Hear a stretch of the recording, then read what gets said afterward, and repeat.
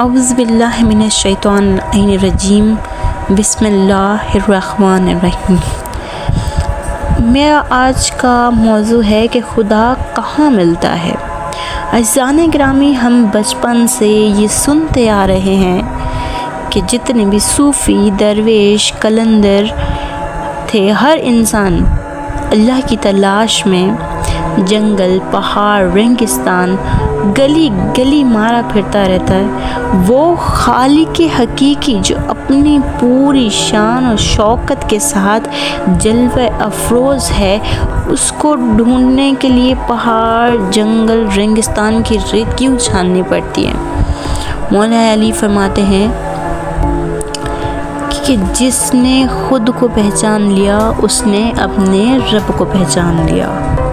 حضرت موسیٰ نے اللہ سے پوچھا کہ پروردگار، میں تجھے کہاں تلاش کروں؟ پروردگار نے فرمایا کہ اے موسیٰ، تو مجھے ٹوٹے ہوئے دلوں میں تلاش کر، میں تجھے وہاں ملوں گا۔ قرآن پاک میں اللہ تعالیٰ فرماتا ہے کہ یا رسول اللہ، یہ بندے آپ سے میرے بارے میں پوچھتے ہیں، ان سے کہہ دیجئے کہ میں بہت قریب ہوں، میں انسان کے انتہائی قریب ہوں، اتنا قریب کہ انسان کے شہرک سے بھی زیادہ قریب، لیکن ہم نے اپنے آپ سے کہیں دور نکل آئے ہیں۔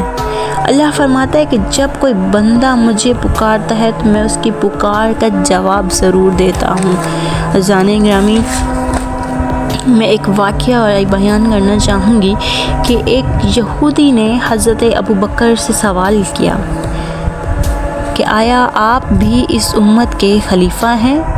حضرت ابوبکر نے کہا ہاں۔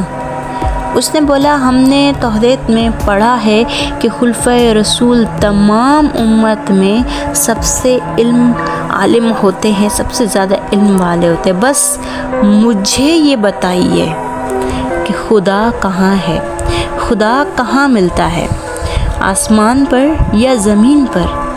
حضرت ابوبکر نے کہا، آسمان میں عرش کے اوپر ہے، جس کے جواب میں اس نے سوال کیا پھر کہ بس کیا زمین اس سے خالی ہے؟ یعنی زمین پر کیا اللہ تعالیٰ نہیں ہے، زمین اس کے وجود سے خالی ہے؟ حضرت ابوبکر نے کہا کہ کیسا سوال ہے، دور ہو جا یہاں سے ورنہ قتل ہو جائے گا۔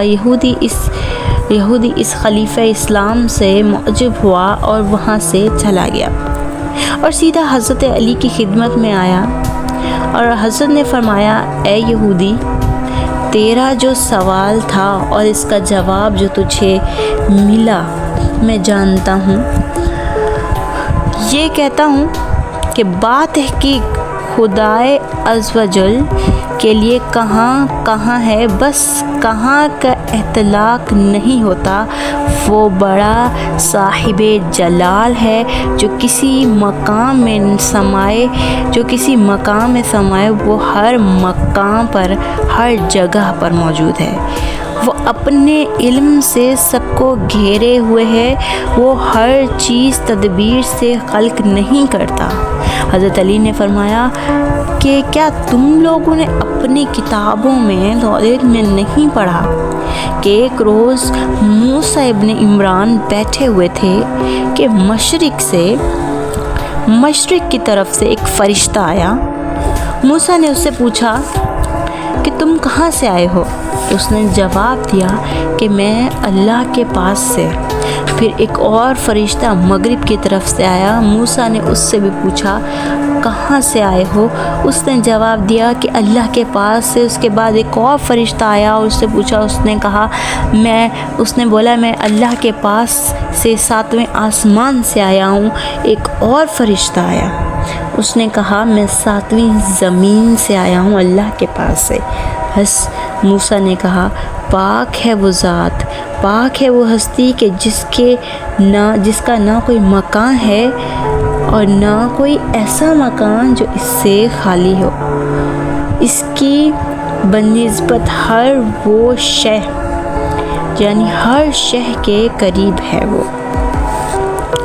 عزیزان گرامی، علامہ اقبال فرماتے ہیں کہ دل میں خدا کا ہونا لازمی ہے، سجدوں میں پڑے رہنے سے جنت نہیں ملتی۔